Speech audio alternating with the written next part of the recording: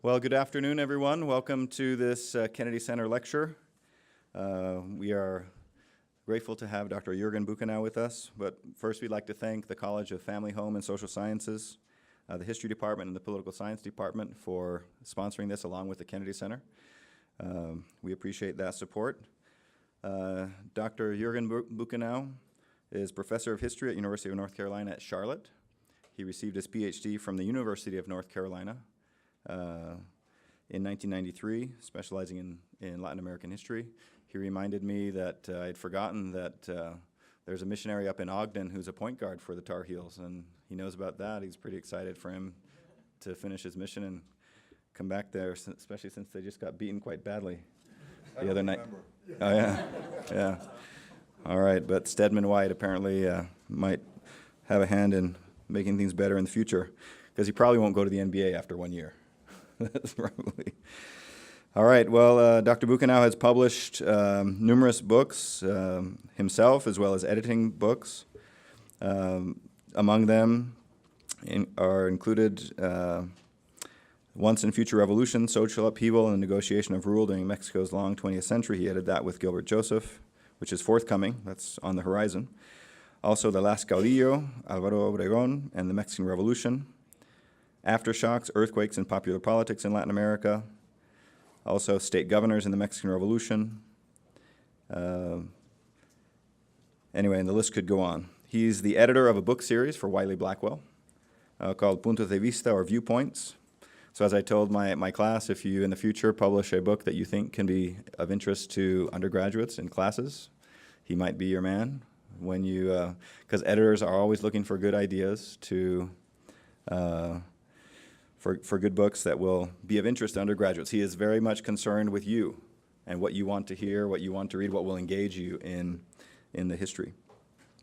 Dr. Buchenau is originally from Germany, from a farm near Hamburg. And he is also a black belt in Jeet Kune Do. Yes. I don't know if I said that correctly. So that's how we got into the Red Iguana last night after 10 o'clock. So the door was locked, and he did some motion, and they opened the door, and we got in. So anyway, without any further ado, we're very glad to have Dr. Buchenau here with us. Let's give him a round of applause, and then we'll turn the time over to him.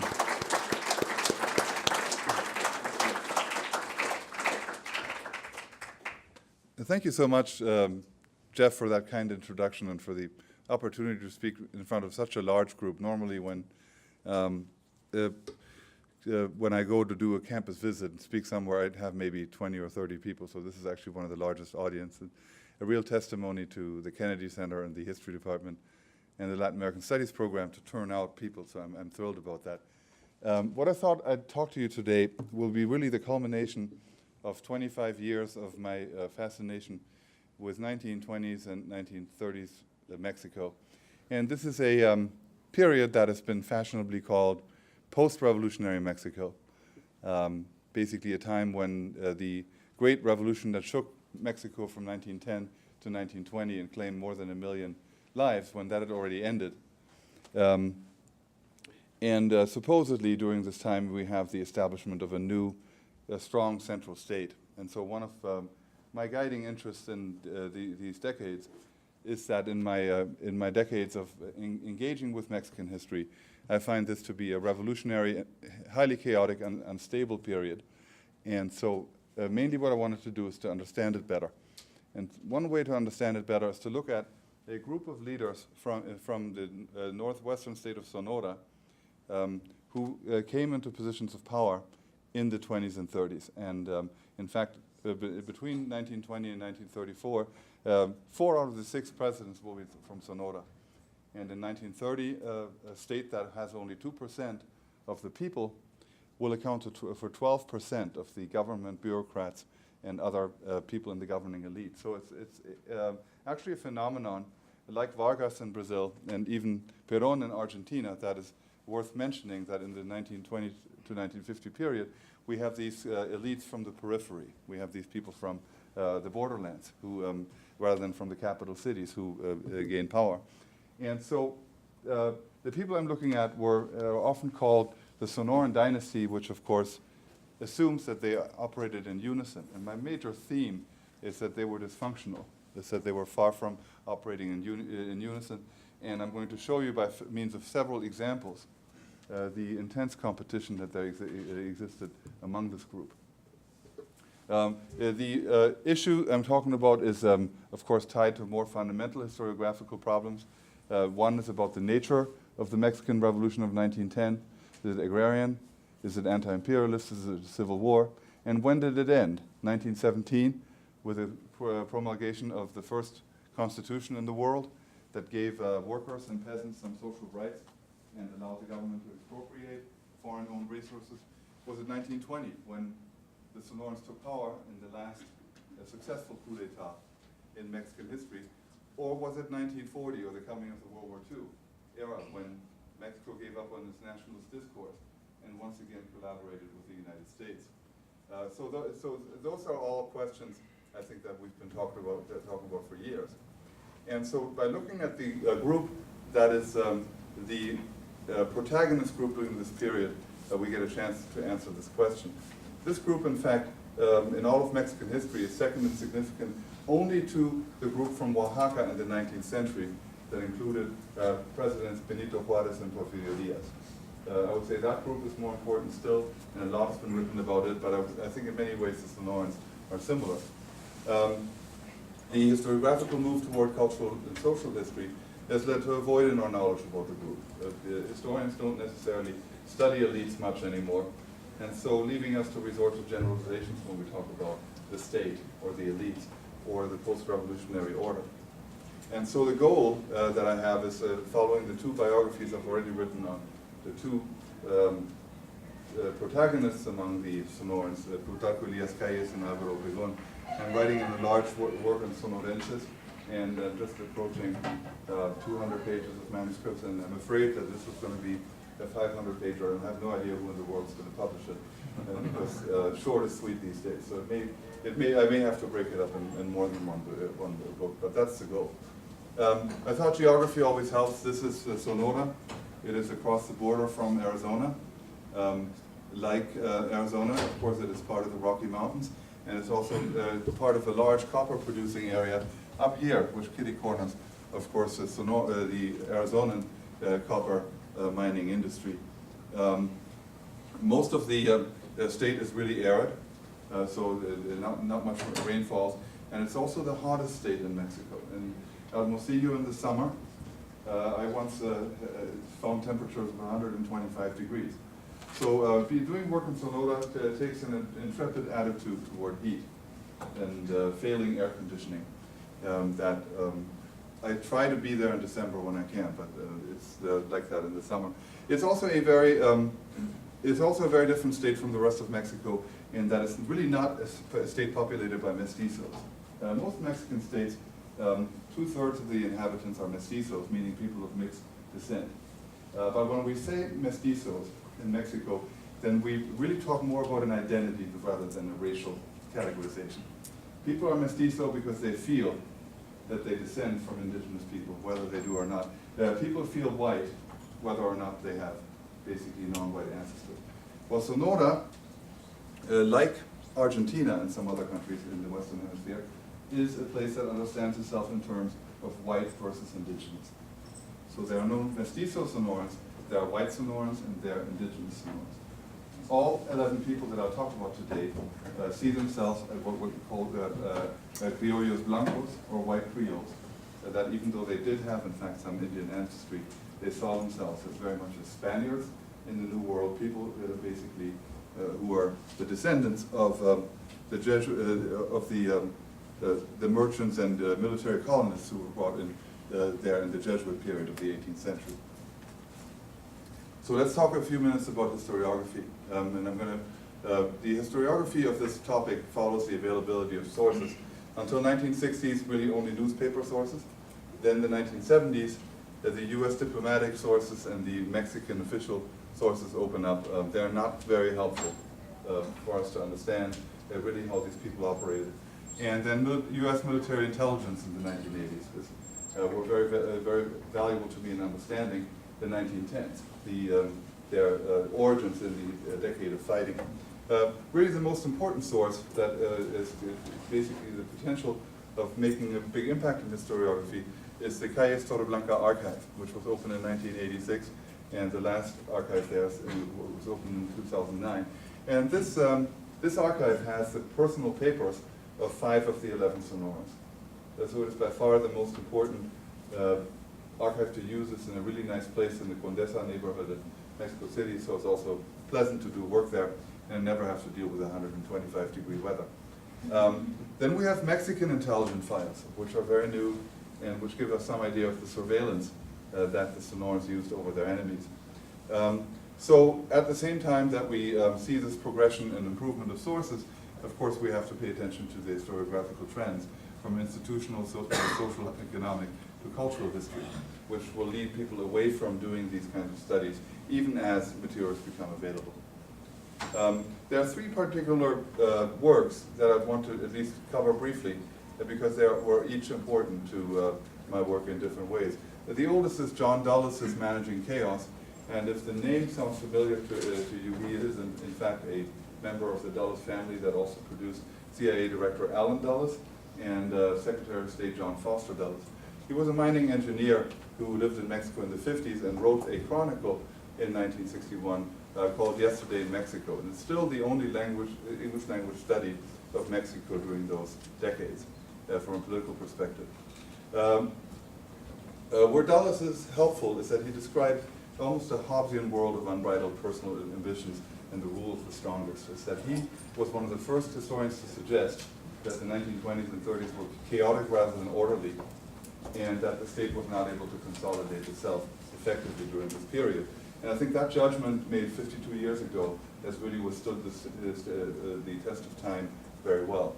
It is though a chronicle and not a history book. He sent drafts of the book to ex-presidents and only other participants in the story, and then changed his book according to what these people said. And of course that's kind of a problem. I mean, we're supposed to be as objective as possible as historians, and we're not supposed to allow our protagonists to change the story. But at the same time, of course, what it means is that this book is really a self-representation of the survivors of the fighting, which at that point included one Sonoran, 2 Sonorans, Lázaro Cárdenas and Adolfo de la Huerta, and the famous ex-president, Lázaro Cárdenas. The second, I think, important book is Héctor Aguilar Cabin's 1977 book, The Nomadic Frontier, or of course the real name being La Frontera Nómada, where Dulles had seen the Sonorans relatively positively. Aguilar Camín constructs a black legend of the Sonoran leaders. And the foundation of this black legend is really that they won the revolution. And because they won the revolution, we know what happened to them. We know what happened to Mexico.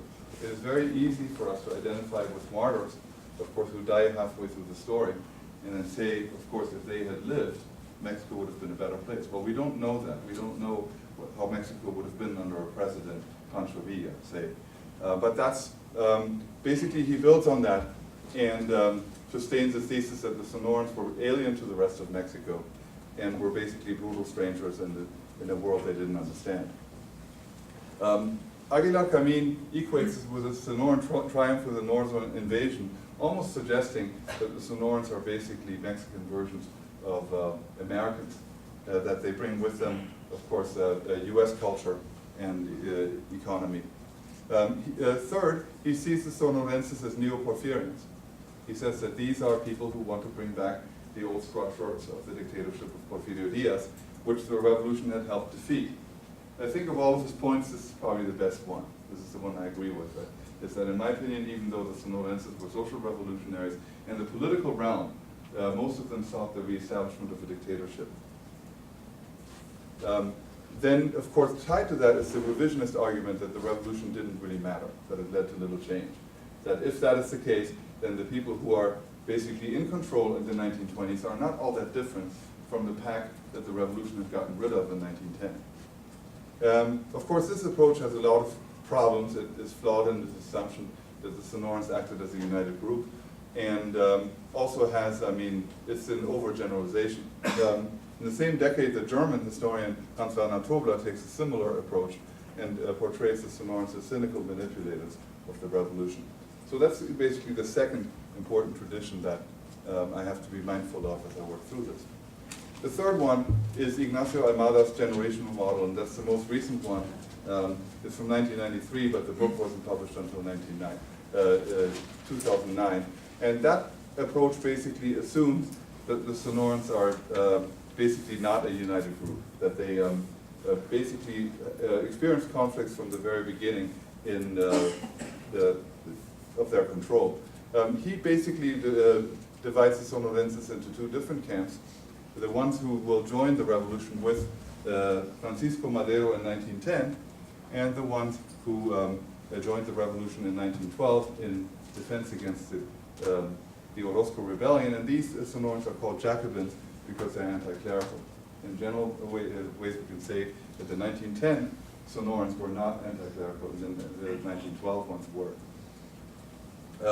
But it's flawed in the assumption that the Jacobins or the Maderistas were in any ways unified, because I think that that is also an overgeneralization. To explain this a little bit more in detail, the Maderistas of 1910, the first group, are people who take part in the original revolution. They favor the independent village or municipio libre and decentralizing authority. And the other thing that's important, there's a lot of them. The fourth, and maybe most important aspect of them, is that they all lose during the revolution. By 1930, they're all dead or in exile, every single one of them. And so I'm giving here some examples, and you will see that 8 of the 11 are in this category. Several state governors, basically aspirants to the presidency, and one president, Adolfo de la Huerta, but they will all end up on the losing side of history. Then we have the Jacobins in 1912, and they're really the group that I'm interested in the most. They're non-participants in the revolution. In fact, they don't get into the fighting until they're commissioned by the Sonoran state government to fight an invasion by the revolutionary Pascual Orozco. So you can say, in some ways, that they're counter-revolutionaries. It's that they get into the fighting because they want to prevent violence in Sonora, not to overthrow an existing order. They are populists in the sense of the Latin American populism in the early 20th century, anti-clerical, and they advocate centralist rule. There are only 3 of the Jacobins, but they are all, without an exception, winners during the revolution. They're all presidents. And they defend constitution as the essence of the revolution. There's a democratic, nationalist, agrarian, and anti-clerical document that in their opinion best defined the revolution. And the 3 Jacobins are the 3 most powerful Sonorans. Alvaro Obregon, president from 1920 to 1924, Plutarco Elias, his successor, who ruled for 1928, and Alvaro Rodriguez, who was president from 1932 to 1934. So in understanding the Jacobins, because who I'm particularly interested in because they were so influential, I'm borrowing from economist Mansur Olsen in understanding how these Sonorans operated at the apex of a revolutionary situation. In his book, 2000 book, Mansur Olsen, an economist, basically distinguishes between various types of bandits who take advantage of violence, basically to rearrange property relations in their favor. The first phase is the roving bandit phase, in which the Sonoran military leaders who triumphed in the revolution take advantage of the chaos to basically become wealthy, basically to seize the property of their enemies. And then the second phase is the stationary bandits. Is that once they are entrenched in power, these leaders defended existing property rights in order to foster political stability and, of course, stay rich. And I think that this approach gets us beyond one of the historiographical traps that a lot of the people said, oh, but these Sonorans were so progressive in the 1910s. What happened to them? Why were they so conservative in the 1930s? And the answer is that they've become stationary bandits. And when we look at these bandits who ruled the Mexican state, we clearly see the cost of power.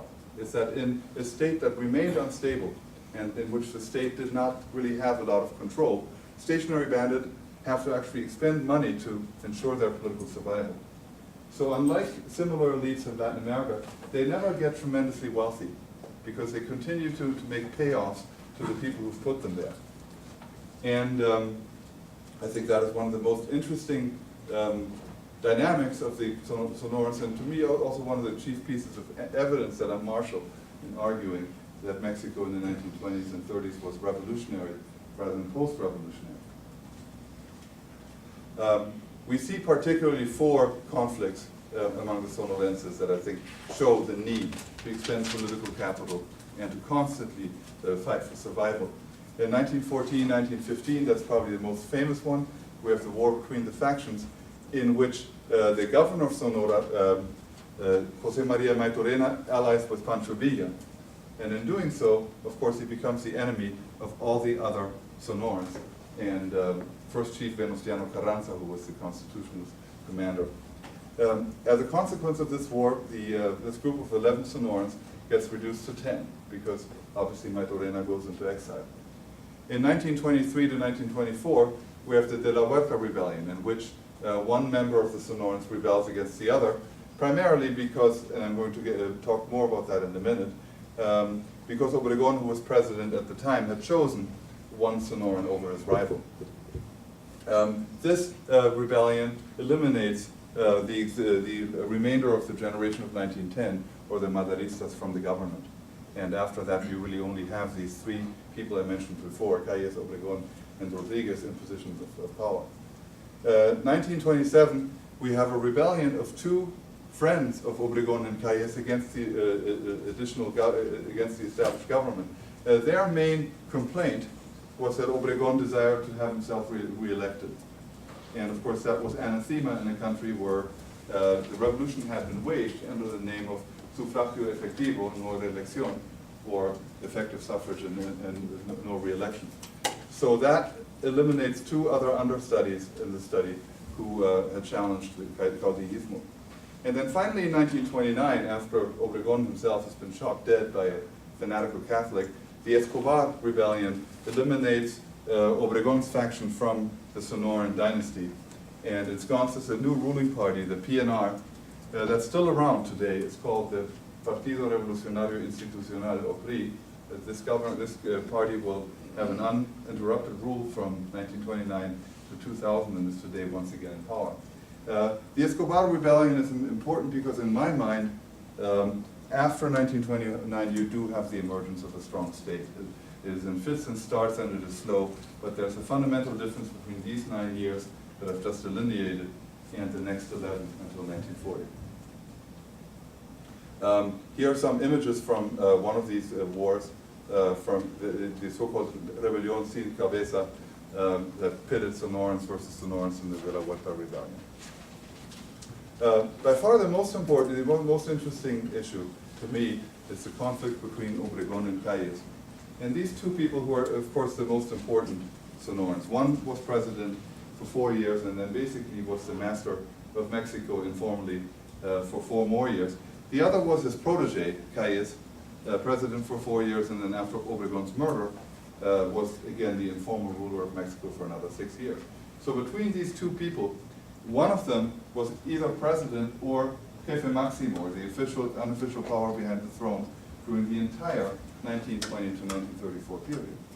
And the biggest kind of detail that I'm starting to understand is that in contrast to the historiography that basically portrays them as friends and allies, I'm finding that in fact they were rivals who barely tolerated each other and only made common cause when absolutely necessary. Further, we have in Obregon and Calles 2 different political styles, one harkening back to the 19th century caudillo, and the other one pointing the way to the 20th century technocrat. And that, I think, makes them particularly interesting as a subject of biographical study. Let's talk about the caudillo first. Here we have Alvaro Obregon at a campaign event. If you know Mexico well, you know this is Oaxaca. Those are Oaxacan dress, and you see that he lost his arm, his right arm, in the battle against Villa in 1915. I have an article about that. He made a big deal out of that, is that he sacrificed an arm for the nation. Alvaro Obregon, of the 2, was a successful entrepreneur and military genius. He never ever lost a battle in probably more than 13,000 kilometers of campaigning. So he was certainly, in terms of the Latin American military history, one of the unquestioned military geniuses. And he was also, like many other caudillos, not an original thinker, but very shrewd in analyzing the political landscape. So Obregon is kind of an instinctive animal who makes a decision based on hunches, not necessarily careful analysis. But he has an uncanny ability to judge other people and to figure out their intentions. He is one of the last of 3 national caudillos in Mexican history, following Antonio López de Santa Anna and Porfirio Díaz. He's usually not dealt with as a caudillo because he's 20th century, but everybody called him caudillo. So I think that the fact that that term was used with reference to him is important. He's also the only Sonorense with a nationwide political base. So he's by far the one who, until his murder in 1928, is kind of the cabeza. He's the head of the Sonoran alliance. As power increases, his business suffers from need to pay for influence. And this is probably the least known fact about him, is that every book you read about Obregon, they tell you what a wonderful businessman he was, and that he was a genius and basically put chickpeas on the map and then shipped all these chickpeas to the United States and Cuba. But what you don't read is that in the 1920s, he basically took excessive risks in his business because he'd lost so much money in the need to pay off his supporters. And that because of these risks, in 1928, he has no choice but to become president because he's broke. And so his only hope had been, I'm actually not sure that he always wanted to be president a second time. But by 1927, he's stuck in that pattern because his financial situation is very precarious. Here we have some pictures from the origins of Alvaro Obregon. This is his farm that was called the La Quinta Chilla, or the Penniless Farm, which was initially a farm where corn was produced, but then he went into chickpeas. And here we have his first house. So we can see that he's not from a lot of wealth. In fact, I mean, he had 12 brothers or so. He was the youngest of them, and he was not from a wealthy family. And here we have his first photo of him in the revolution, leading people into the to war against Obregon. And you can see that even though there are some fairly brown-skinned people in the photo, all these people would have identified themselves as white, except for this guy who is a Mayo. And in fact, Obregon spoke the Mayo language. He's also the only Sonoran who speaks an indigenous dialect. And then we have Obregon in 1917, basically already on his way to national power when he negotiates with a U.S. consul at Nogales, a painful incident in which a stray bullet fired from the Mexican side of the Nogales border had killed an American on the American side. And so we see that it's Obregon and not the governor, Plutarco Elias Calles, who deals with the situation, which again shows this great informal power. Then we have the manager, Plutarco Elias Calles, and he really is as different from Obregon as he can be. We have in Calles a brilliant administrative and political mind. In many ways, the institutions that we find in modern Mexico, agrarian credit institutions, ideas of land reform favoring small farmers, the establishment of a national ruling party, these were all the product of Calles and his associates. So he's the one kind of with a national political vision. He also, contrary to Obregon, has poor interpersonal skills. He's not only an unsuccessful entrepreneur, but also a mediocre military leader. Once, when he had the first chance to distinguish himself in battle, he instead fled and hid underneath an automobile until the fighting was over. And so, because Obregon has a national base, Calles builds up a far-flung political base in Sonora, with foci in Hermosillo, the capital in central Sonora, the border region with the United States, and Guaymas, which is the principal port in southern Sonora. He's also author of a very aggressive reform program in Sonora and a radical anti-clerical. I'll just tell you about some of the reforms he did. His very first decree outlawed the consumption and production of alcohol in Sonora. So he saw himself as a progressive era prohibitionist. His second decree abolished all gambling and other games of chance that could be done. And then his third degree expelled all of the priests from Sonora because he believed that they were into drinking and gambling. Now there were only 18 priests in Sonora, so it shows you how little of a role the church played anyway. But later on, he also signs reform measures that in many ways anticipate the national reform program laid down in the Constitution. And he benefits from the caudillo's shadow, I think, to some extent, because he can develop his political influence, I think, in alliance with him. Nonetheless, we have, I think, more conflict and collaboration. Conventional wisdom lists both Sonorans as allies and refers to a mentor-protege relationship. But in fact, interdependence and a best alliance of convenience mark the relationship. We have then a history of conflict, of rivalry between the two, in which they didn't even like each other very much personally. Obregon didn't take Calles seriously and called him el menos general de los generales, or the least general-like of the generals. Calles, on the other hand, criticizes Obregon's lack of a program and believes that he's just a shill for whoever controls him. And there we see, this is the only battle scene I could find of Plutarco Elias Calles, resting and waiting for the trouble to pass. The first example of this contested relationship is the battle over Sonora itself. Obregon at the time has won the revolution and is a national caudillo, and Calles is a regional leader. In 1915, Obregon vanquishes Pancho Villa, giving his northern allies a chance to claim governorships in places like Sonora and Sinaloa.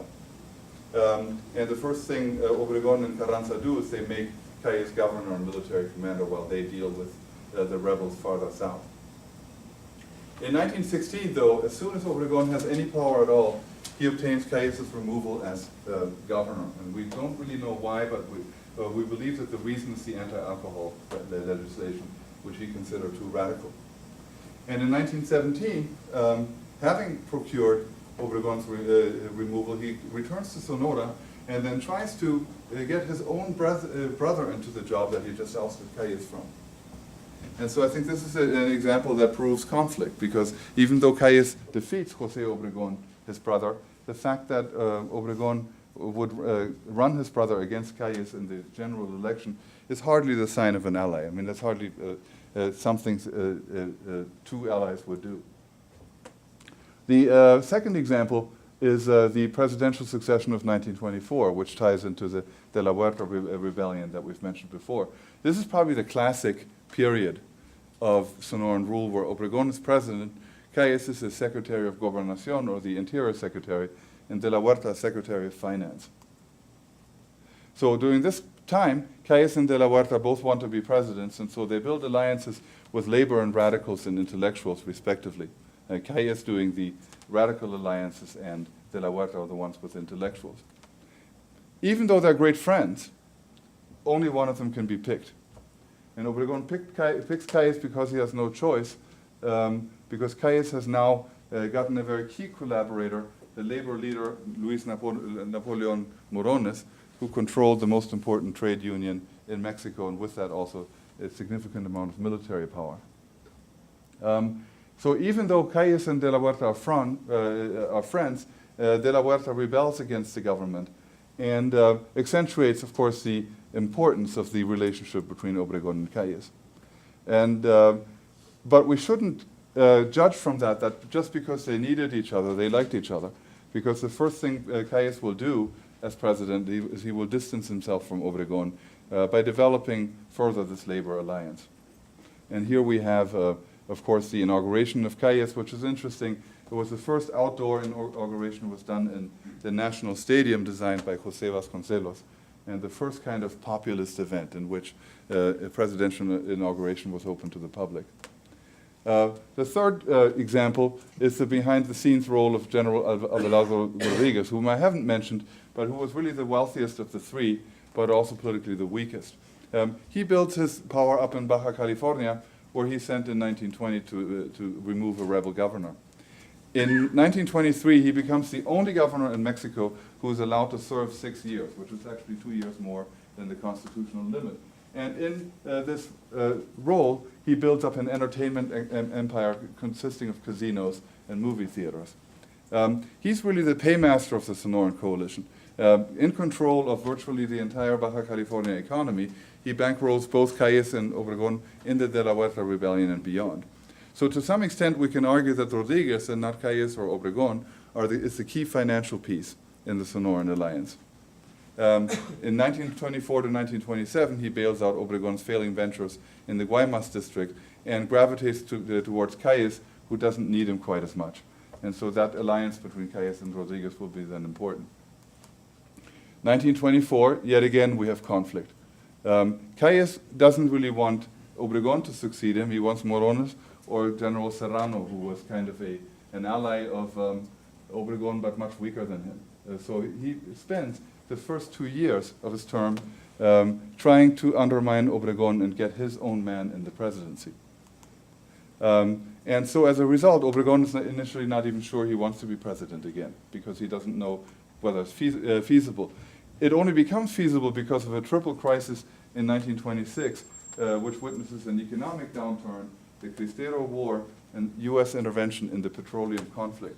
And it's only this crisis that makes Obregon once again a master of managing the situation and leaves Calles in the unenviable situation of promoting the candidacy of a person who, according to the Constitution, could not run a second time.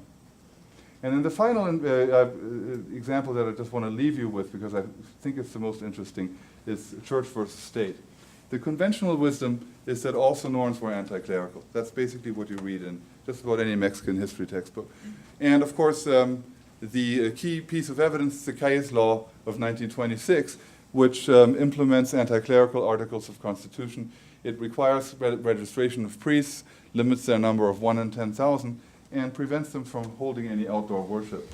So in response, of course, as many of you who've studied Mexican history, you know that the church goes on strike for 3 years, doesn't hold any masses or other religious ceremonies, and the Cristero War breaks out.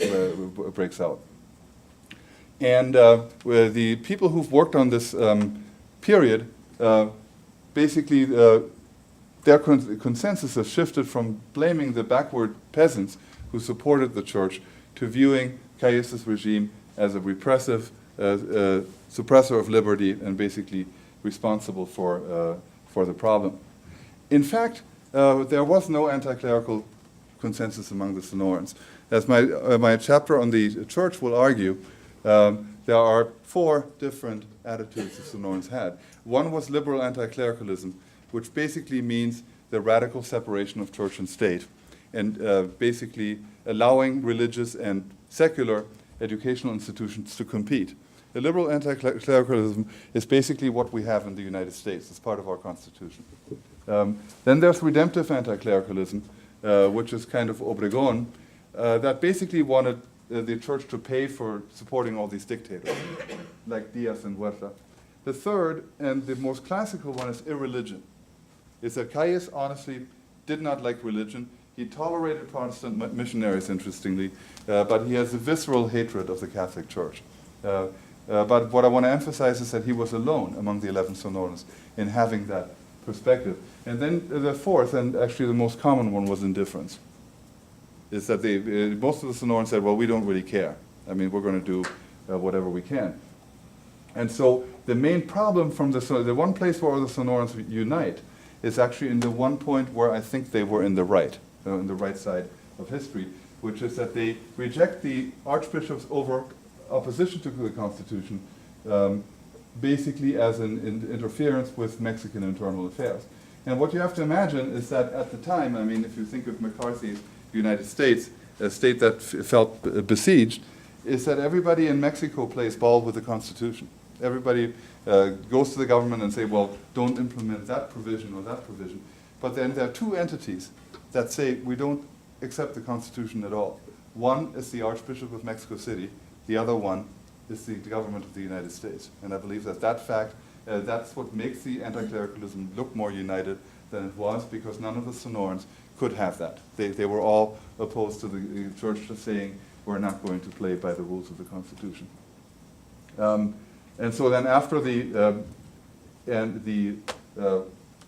Cristero War, I'll just finish up. These are Alvaro Obregon's final moments just before he's shot. And we then have, of course, a one-party regime where Calles takes the country from the one country of one man to a nation of institutions, and by institution he means this ruling party, the PNR. During the Maximato for 6 years, it's really kind of the transitional period. Calles has power behind the scenes, but no longer president. And he reconciles the old enemies in the party. And of course, we've already talked about the rebellion, the last attempt to bring Caudillos into power. And then what's interesting is that at the end of the Maximato, during Abelardo Rodriguez's presidency, the Maximato begins to weaken by itself. And in my opinion, it is because instead of 11 leaders who worked together in the beginning, you had 2. And that by 1932, the Sonoran alliance gets overwhelmed by the emergence of different groups within the party. And so we have, in the end, the rise of Lázaro Cárdenas in 1934. When he takes over, the Sonoran regime is nothing but a shell.